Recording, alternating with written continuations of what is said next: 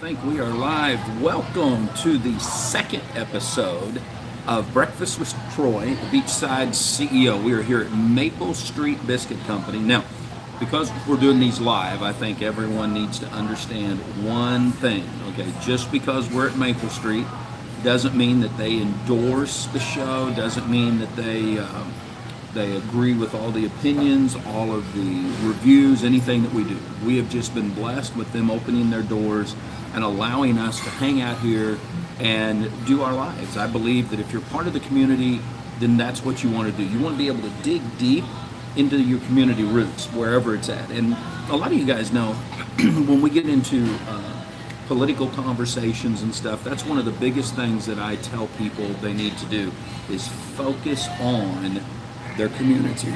we get way too in what would we call it? We get into this mindset that it's just us, and that's not true. It literally is your community. You want to hang out, you want to get into, you want to be a part of that. I also want to give a shout out to Freddie Sheets down at Allen's Cool Inc. He is my second biggest supporter in this. Matter of fact, I will go visit Freddie this afternoon. I call him my therapist. The guys all laugh at me that hang with me, and they say, "Oh, he's going to see Freddie. There's something going on in his life."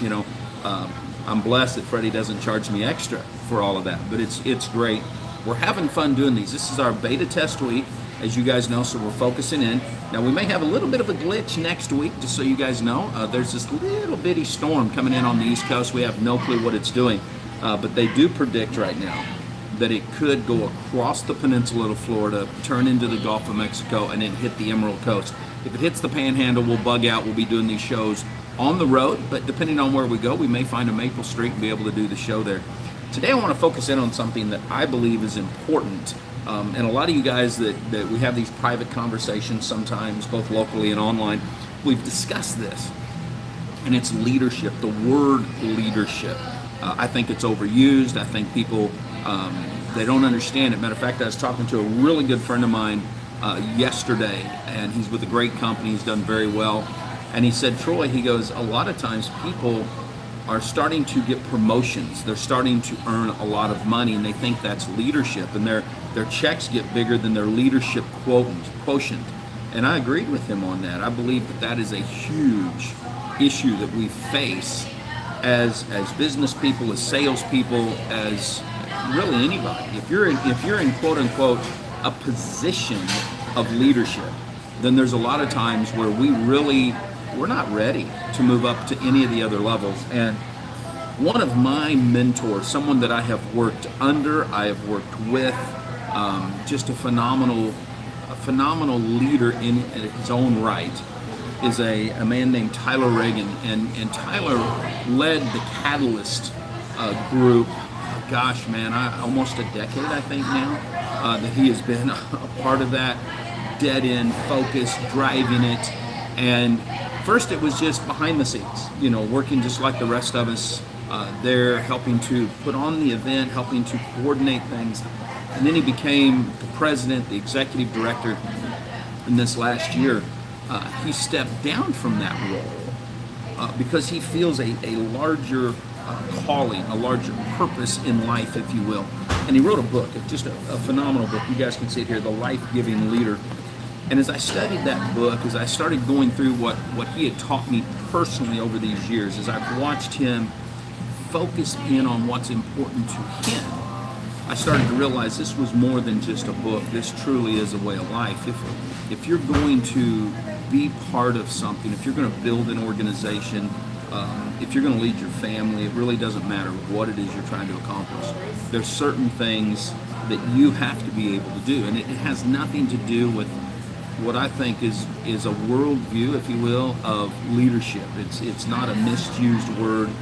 It's something that he's dug deep into, and I want to share a little bit from what I've read in this, because I really think as we push this forward, as we look at the businesses, whether it's a Maple Street, whether it's a business in your local area, whether it's your business on Main Street, these are things that's going to help you personally kind of focus in on where you're going, focus in on what you want in life, and make you realize, am I truly leading? Because I got to tell you, when it comes to leading, I fall short all the time. I mean, I've got positions and roles with our clients that one such position is Chief Oversight Officer in a company where we monitor the processes, we monitor the financial side of things, we look at where they're going and what they're doing. Are they living up to their purpose? And I got to tell you, I believe I fall short every day in that position. I've got leaders that actually control that company that continually ask questions and wonder, hey, are you really living up to your role? And what happens is we start to realize where we have to shift. We have to get out of the way of those that are really in the wheelhouse, those that know what they're doing. And I think that's something that as we move forward as leaders, whether you're a political leader, whether you're a social leader, whether you're a business leader, doesn't matter. These are things that you start to focus on. These are things that you start to accomplish. I'll use an example. Mel Atwood, who's one of my business partners, he's like a brother to me. We've been together forever. And one of the things that he's constantly pushing me on is to get out of his way at times. He'll be busting it. His team will be putting it together. They'll be ready to launch a company. And then he comes back to me and says, hey, I gave you these tasks. Why the Sam Hill aren't they done? And it's like, dude, I'm sorry. And he's like, okay, let me get my team on it. Let me handle that. And it's like, the more he's done that to me, the more I've put boundaries. I've pushed in where I can say yes to things or I can take over things. Because as a leader, understand this. Just because you may know how to do something doesn't mean it's your sweet spot. Doesn't mean that that's where you should be. Doesn't mean that's what you should be doing. And that's something that we all have to learn. But I want to go into Tyler's book because I'm not going to read the whole thing again. I've read this thing 3 times. But what really stands out to me is the following. And these are just things he's written in there. And it'll take us a few minutes, but I promise you I'm not going to keep you long. I know you guys got to go to work. You've got careers. But this is important. Number 1, life-giving leaders lead from their truest self. They don't pretend. They don't try to be something that they're not. They start with themselves first. You guys have heard John Maxwell say that. Matter of fact, John wrote a book called Developing the Leaders Within You. If you've not taken time to grow yourself, how are you going to grow anybody else? And if you're trying to be somebody else, I see this a lot with second-generation entrepreneurs or second-generation business sales folks. I'll use Tony Robbins as an example. He's got a wonderful son named Jarek. I've had the opportunity to work with Jarek. When you first see Jarek, when you hear his voice, when you hear his mannerisms, you say, whoa, this is Tony Robbins.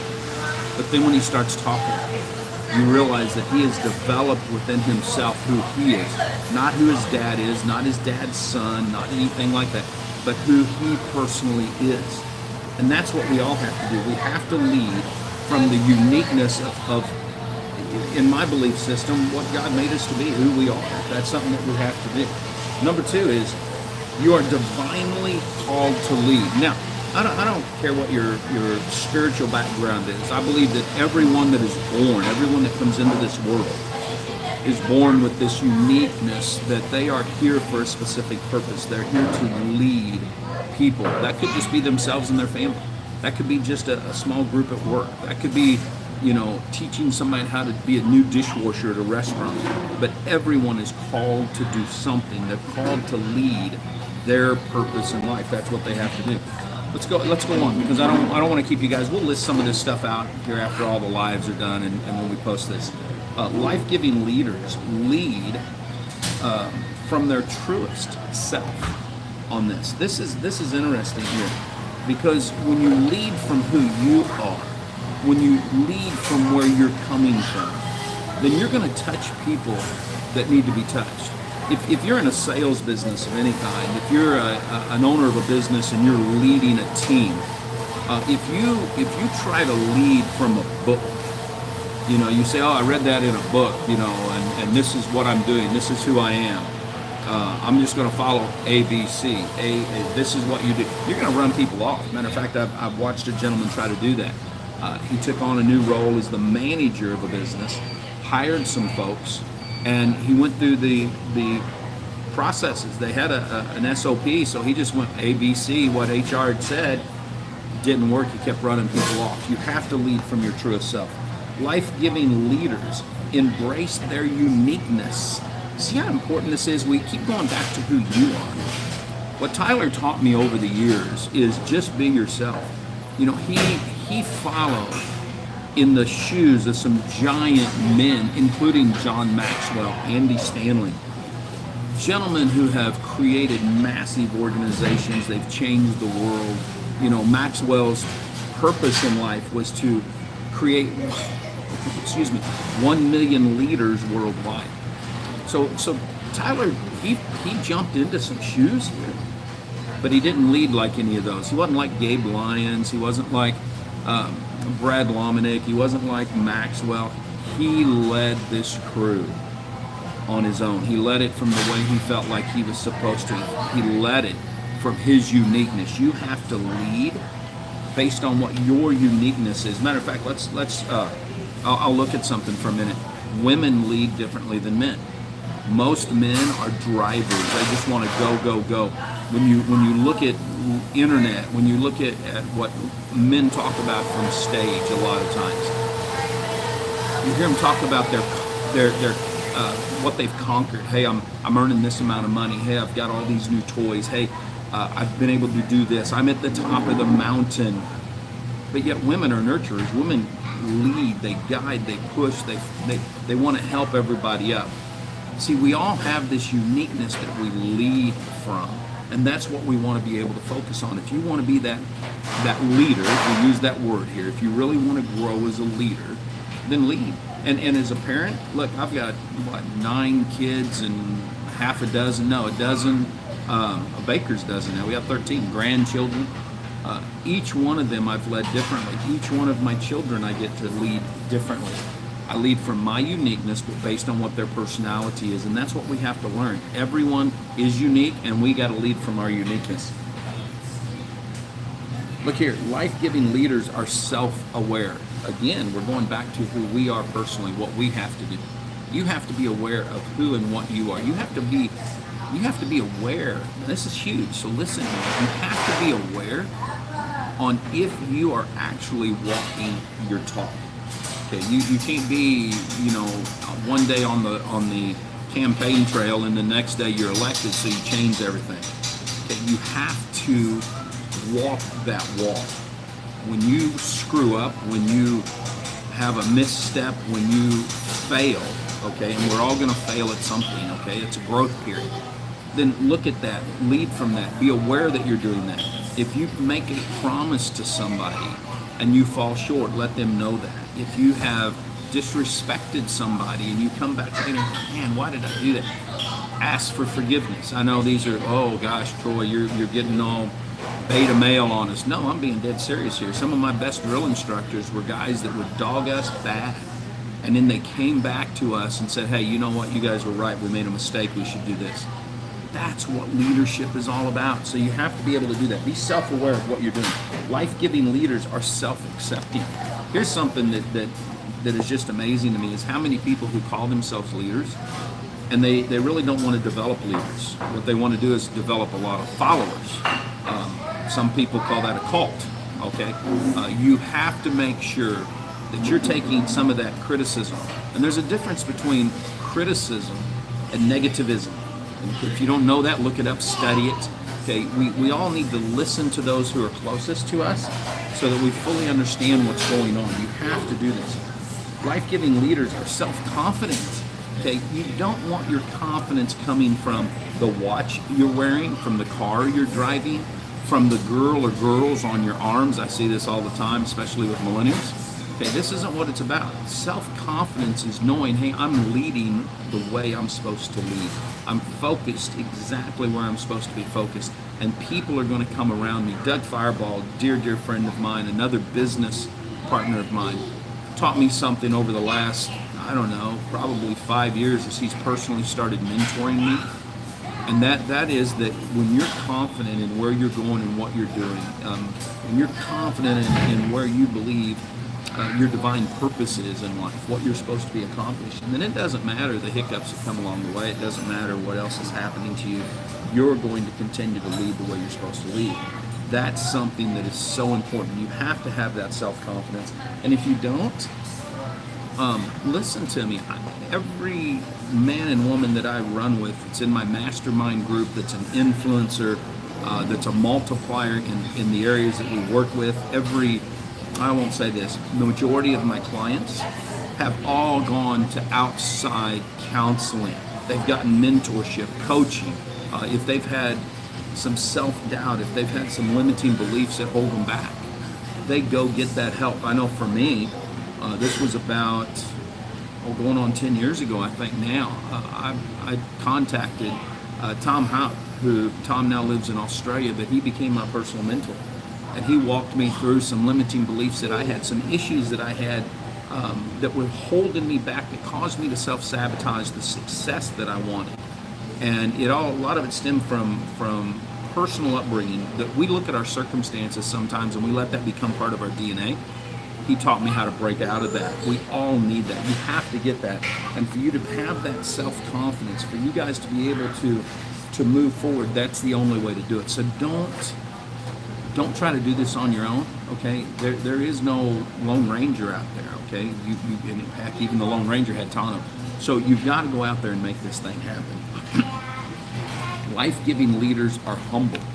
And when I mean humble, I mean you walk in a humility of, you never forget where you came from. Okay, you know what you're doing. Matter of fact, one of the things that we learned in the Marine Corps was that, once you know how to be a Marine, once you've been taught the leadership, the tactics and the skills to go out there and be the first on the beach to wipe out anyone that's in front of you. You're also taught that when you go home, that you stay humble on that you don't go around with a puffed up cockiness. Okay, one of the things that you learn when you're coming out of med school is that, hey, just because you have the talent, just because you have the skills, doesn't mean you have to be an ego. When we look at some of the movies, let's take Marvel as an example. I think everybody's heard about the end games and all that stuff, and you see the Marvel heroes. The storyline in every one of these is how men and women, mostly the men, but they all get these big egos. Hey, look at me, look what I can do. And then they have to remember where they came from. They have to remember their uniqueness. They go back to a humility. We see that as a storyline in most every epic adventure that's out there. And I think the reason we do is because it's a weakness. It's something that it's hard for us to stay humble. When you have that success, if we look at athletes, we see the athletes that truly succeed are the ones that understand that they've been blessed with a skill and a talent, but they don't go out there and get cocky and egotistical. Those that do usually fall, and that's what we're trying to accomplish, is to make leaders not end up being a has-been leader. So think that one through. Life-giving leaders are healthy. This is huge to me. Okay, we've been on this quest all year long, dropping the weight, adding on the muscle tone. I believe everyone, if you're going to lead a team, if you're going to be a pastor, if you're going to be a politician, if you're going to own a business, then you've got to focus on your health. What good are you if you croak, if you die? If you're a dad and you're trying to lead your family, what good is it if you can't work and all of a sudden you're incapacitated? Think about this, man. Be the healthiest you can be. You only have one temple in this life, and that's the one you're in right now. And it doesn't matter what age you are. I'm 55 years old. I'm still running around acting like I'm 27. Although my kids, my girls will tell you, Daddy's acting like he's 17 again. And I tried that once. I won't do that one again. So you gotta stay healthy. Life-giving leaders work selflessly. Okay, now listen, selfless work doesn't mean that you're just putting everyone else above you. It means you're willing to do what it takes. I'm gonna go back to Tyler, who wrote this book. I remember one of the first experiences that I had with Tyler. I'd come in on a Monday. We were at Catalyst. It was one of our largest years out there, period. And we put together what we call these experience kits, these experience bags, so that when 15,000 leaders roll through those doors at the Gwinnett Civic Center, we give them a bag that has all of the sponsors' paraphernalia in it. It has some positive stuff that we put in there from Catalyst. And that's a manual job. You literally have to put 15,000 bags together. Sometimes they can have anywhere from 5 pieces of marketing collateral in them to 15 pieces of marketing collateral in them. And here is Tyler, the executive director of a multi-million-dollar organization.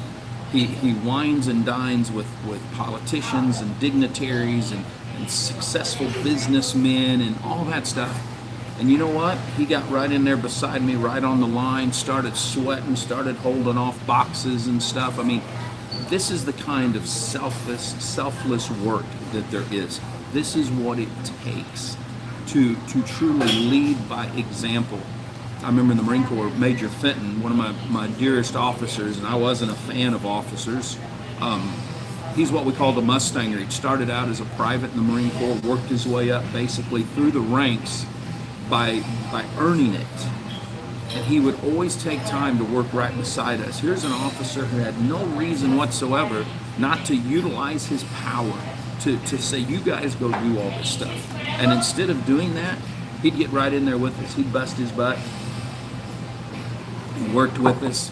And then he'd celebrate with us in the evening times around the bonfire, down at the local MCO club. Didn't matter. He'd just walk in, hang out with us. He didn't pretend he was anything. Matter of fact, there was a few times he'd take some of us over to the officers club. Just let us hang out in the corner. Yeah, he got yelled at. Hey, these guys aren't supposed to be in here. And he said, well, they're my mastermind. I'll never forget that. It was pretty powerful when you do that. So work selfishly. Life-giving leaders sacrifice for the cause. And this is important. Listen to this. I didn't say that you just sacrifice for whatever. You sacrifice for the cause. Okay, we're not really on a revolution. We're on a crusade here. We're trying to change lives, our families' lives, and the lives of the people that we actually work with. So you have to think this one through for a minute. When you're sacrificing, you don't want to sacrifice what's most important to you. Brian Underwood, who's the founder and CEO of Prove It, likes to say a lot of times that your priorities will never be in balance. Everything lines up. And when you study what he's talking about and you look at his personal life, then you start to realize, okay, these guys are talking about there's a time and a place for everything. In Brian's case, I'm going to use him as an example. He'll put on an event where there'll be 3,000-4,000 people show up, and here comes one of his little guys running through the crowd, running up on stage, giving Dad a hug. Yesterday, he called me for a few minutes, wanted to chat. He said, hey, man, I got to go. I'm going to go ride bikes with the kids. That was after busting his butt all day for them. So you have to sacrifice for the cause. A couple weeks ago, he jumped on the jet, flew down to Mexico, spur of the moment on the weekend to help out some leaders. Again, sacrifice for the cause. Don't just sacrifice so people say, ooh, look at him. Don't sacrifice because you don't know how to set boundaries in your life and you just want to have everybody suck the juice out of you. Okay, don't roll down that road at all. It doesn't work. It's just going to kill you. Learn the difference. I challenge you guys to pick up this book and read it because it's a phenomenal book. You can also go to lifegiving.co. That's Tyler's new company, lifegiving.co. You can learn more. He literally coaches organizations and individuals. He's phenomenal. No, he is not a client. He's just a great mentor of mine. This one might freak some of you out, but I think it's very, very important. Life-giving leaders surrender to God's will. Now, I know some of you guys may not pick this one up. You may pitch this one out the door and say, yeah, that doesn't really affect me at all. In my belief system, the way I believe everything that I do needs to be focused on that higher power.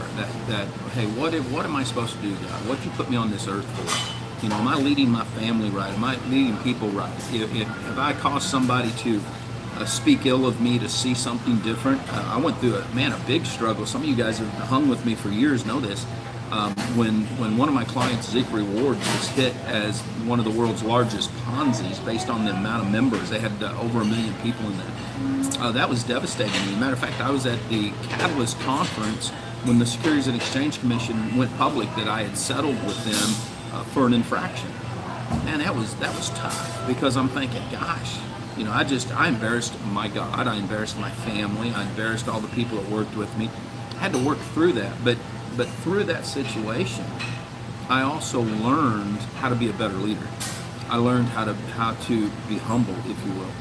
So I think that whether or not you have some kind of spiritual walk or not, you do need to dig in and say, hey, am I doing this right? Am I following the purpose in my life? Am I following my values and principles? Even if you don't have, even if you're an agnostic, an atheist, a Buddhist, I don't care what you are, you have to have some type of guiding force in your life. Every successful businessman, every successful athlete, everyone has something. So I challenge you to really focus on that one, and I'm not going to belittle that one anymore. It's my life, the way I go, so you got to deal with it. Let's go on. We're about done here. Life-giving leaders build teams that flourish. Now, this is a big one. I know a lot of you guys that hang out with us are in some type of a sales organization, be that direct sales, be it insurance, real estate. If you're building an organization and it's not flourishing, okay, you can't blame your company. First and foremost, people don't join companies, they join people, they join you. So you need to look at what type of leadership am I providing them. You may not be a leader. You may have just gotten involved in a company and went out and somebody else said, hey, I want to get involved with you. Great. But you've got to look at, hey, why is this happening? If you've been a leader for a few years, maybe you're with a company and man, you're doing really, really good, but all of a sudden you realize that people are leaving. You start raising up leaders and then they leave. You need to look at what type of leadership are you providing. Now, with that being said, let me say something here. You want to raise up leaders who are going to leave the nest. They're going to go do something else. That's huge, because if all you have is a bunch of followers, then they're going to get tired, they're going to quit, they're going to find somebody else new to follow. If you're building leaders, you guys can always collaborate, you can always move forward. Okay, that's important. I'm going to go back to my faith for a minute. When I read the story of Jesus Christ walking around on the earth and picking 12 guys, a lot of times that's where the story ends. Nobody talks about the bigger picture. But those 12, he went out and found 70 more, and then he found 100 and some odd more, and it just multiplied from there. And it says that he grew these teams and he sent out disciples. Now, let's bring that back into the business world for a minute. When you're raising up successful, flourishing organizations, then what you're doing is you're going to see your customer base grow. You're going to see your fan base grow. You're going to see your leaders grow. You're going to have leaders at every level. You got 5 or 6 levels in leadership. You're going to see somebody at every one of those levels growing, building, moving. When I look at Maple Street here and I watch the leadership role that Rebecca, who is their community leader, has, she's constantly raising up all of these workers that she has, these team members, from the dishwasher to the person that does the ice machine, to the line cook, to the one that makes the biscuits. And she can do this all. I've watched her kick it up and just get in there and do it all herself when she's been low. Remember, we live on an island, so it's tough sometimes to get employees. But then I watch her come right out here on the floor, and she starts talking to all of the customers that are here. I've watched the executive team from Jackie to Gus. They come into this establishment in t-shirts and shorts, put on an apron. They're out here on the floor, and no one that's in here knows who they are. See, that's what happens when you're raising a flourishing team. You're doing it so that they see how you're doing it. You're showing them by example. That's what we all have to do. Okay, last but not least, life-giving leaders leave a legacy. It's not just about you, it's about your family. When I look at my kids as an example, I'm leaving them a legacy. I'm trying to be the father that they need, that they desire, that they want. I'm trying to be the husband that my wife needs. I'm trying to be her business partner, her lover, her best friend. Everything about leadership is that way. When you're leading a team, whether it's in work, whether it's in your personal life, whether it's at your church, one of the things that I just have a blast doing is my pastor will text me, and it happens about every 10 days, and say, hey man, I just need to come hang out and get fed myself. And we literally, that's my role in his life. It's not to tell him what to do, it's just to be there to listen, to give him support. to grow. And he's a bivocational pastor. So I mean, he runs a little construction company. He's preaching. He's building a church. We're, matter of fact, together we're working to launch a coffee house cafe for people to have a safe place to come hang out, celebrate. When you do this, when you're trying to build a legacy, what happens is it's not really about you. You're the sage. You're the guide. What you're doing is you're trying to instill in other people what they will actually see when you're gone. One of the most, I guess, fun things that happens is when I'm setting in an event, when I'm watching something on Facebook, and someone says, "Hey man, I heard Troy Dooley say this once." Not because I hear my name, but because I know that was something that was impactful to me, so I shared it from a stage, and someone is using it. When we did our first episode, I did the 8 Pillars of Trust, and I had a young lady who several years ago, man, it's been 5 or 6 years ago, sat in a Plexus convention where I was the keynote speaker, and she had written those down and talked about how that impacted her life. Those are the things that I'm talking about when you leave a legacy, is that you're leaving people with the values and principles to help them carry on and build their family. And in my life, and we'll share this someday, with all of my kids, they've all walked different paths, all walked different roads. Not all of them have been easy, but all along the way, I see a piece of their mom. I see a piece of me that's in them. I hear them say things. Our little girls now, I see that. When I look at Lena and her gymnastics, Tempest and her art, it's amazing. When I see Ashton just running around trying to make sure everything in the house is perfect because that's one of her gifts, you start to realize, man, she got that from her mom. It's got to be just in the right spot. So leadership is about giving back. This book, The Life-Giving Leader, okay, I suggest you all pick up a copy of it. You can get it on Amazon. You can get it anywhere. You can go check out Tyler's website, lifegiving.co. Life-Giving Company is basically what it is. Phenomenal leader. He knows how to help you build your organizations. He's a great speaker, but he's one of my dearest friends. He's somebody that without a doubt is leaving a legacy in my life. So, hey guys, stay humble, stay strong. You've been listening to the voice of Main Street America.